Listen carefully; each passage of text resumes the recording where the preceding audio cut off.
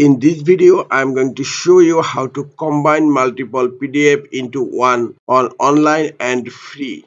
Here, I am going to combine these two PDFs into one PDF file. Go to your browser and in search type iLovePDF, then hit enter. You will find the site iLovePDF. Open this website. Here you will find an option Merge PDF. Click on Merge PDF.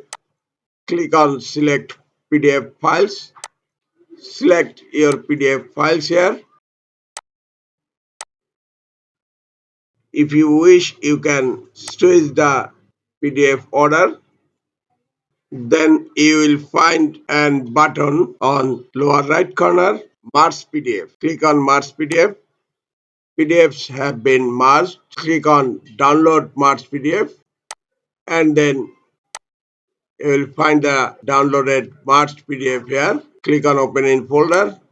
Double click on the PDF file and here you will find PDF files are merged into one file. That's it. This is the easiest way to combine multiple PDF files into one.